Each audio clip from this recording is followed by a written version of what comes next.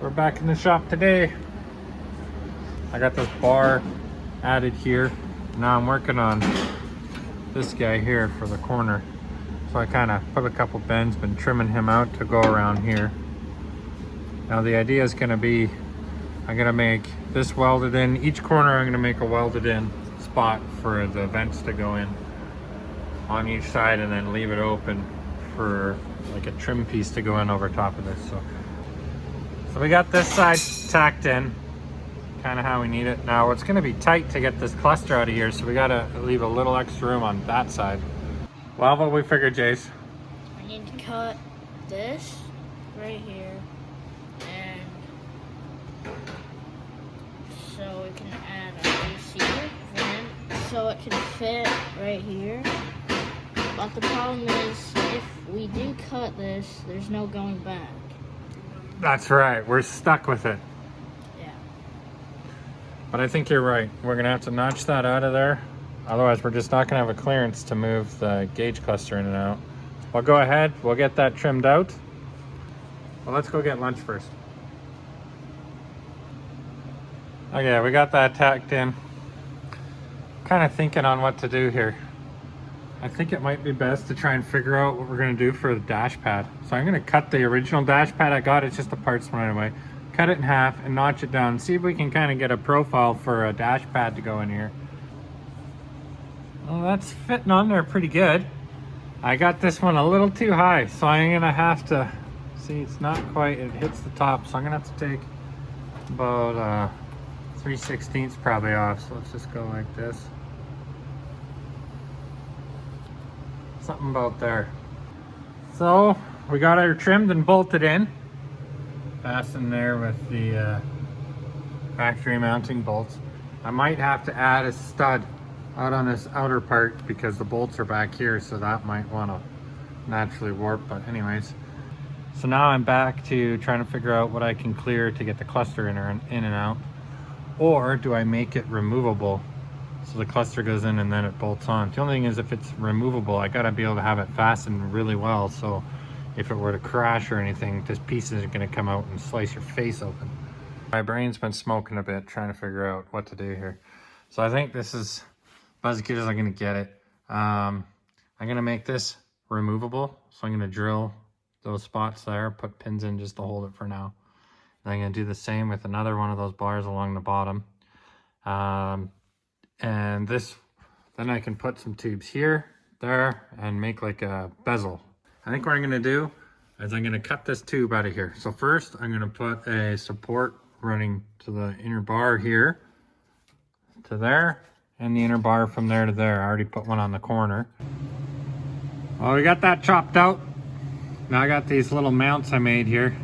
I'm gonna lay out here where I wanna fasten those, and I'll drill and use my pop nuts, set them in there, and then once those are pop nutted in, I can fasten the tabs and have the tabs kicked out a bit, and that way I can set my material right on that, square it all up, and then tack it. So I'll get these in and we'll continue on. Okay, so we got our tabs there. We got this kind of set out.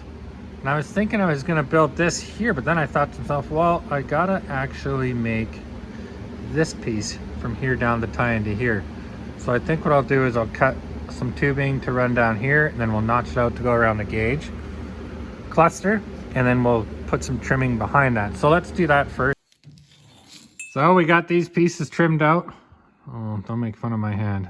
It's not looking good right now, but these ones are cut out. I kind of notched it. I screwed this one up by making them both notched.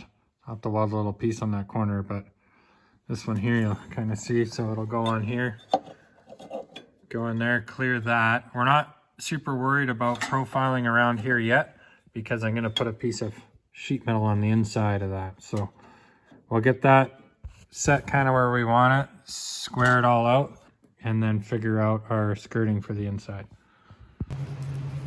Okay, we got a template for that side. So I'll cut this one first. He's just gonna go like that. Nice and square and simple.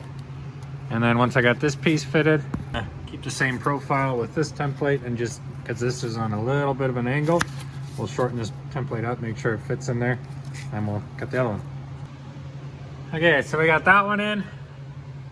That one's welded in over there. He's gonna go in just like so. Okay, and that'll get tacked. Then we'll do one for the top. We'll have to do a step for the bottom. We got the lower trim here, and it's gonna cover right on this line and kind of cover this up, so it'll go in down here, just like so. So in that corner there, we're gonna build just kind of a little piece of flat tin that's gonna cover those corners on both sides. So I know it kind of looks ugly right now, but we're just gonna keep throwing metal at it until it looks like something or it looks better. A little piece here, cut it out, and then tack that kind of in there.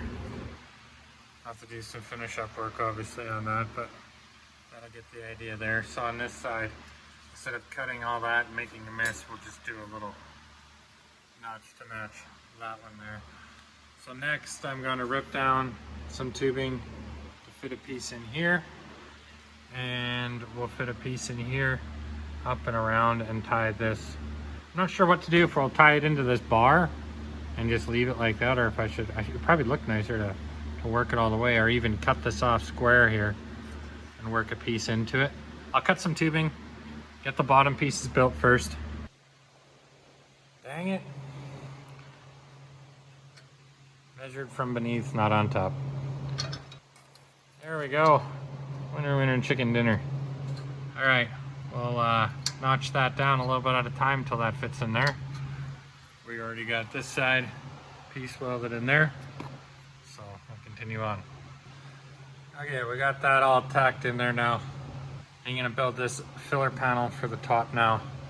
What is this? 18 gauge, 1-inch strip, and then put a bent brake in it. And now that, just tuck up in here.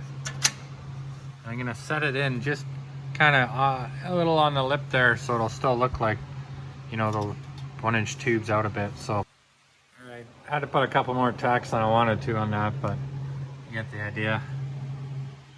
So we'll pull this thing off, and I'll start cleaning it up, weld up some more, and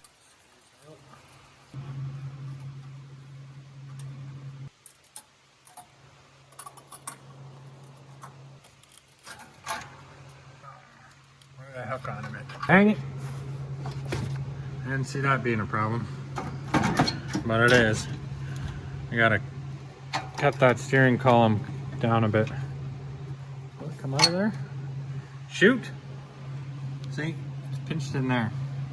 Now we're gonna win. So I gotta cut that bottom lip part off. Here's our piece. So we'll take that, go weld that up, buff that up a bit, make it look a little better.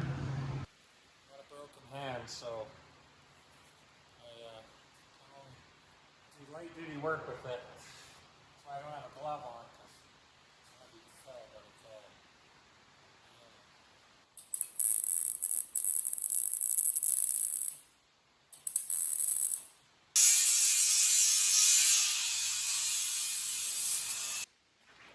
it's looking better. Oh man, I blew it though. I tacked in the corners. What a stupid thing to do. I gotta try and clean that crap out of the corners. See how that looks. Well, we got the steering wheel out of the way. I should have done that from the start. So here we go. Driver's side bezel is complete.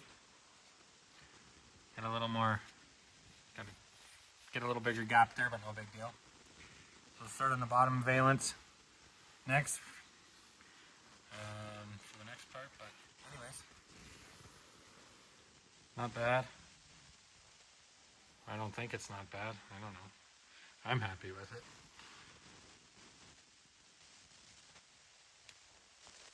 Okay, see you on the next one.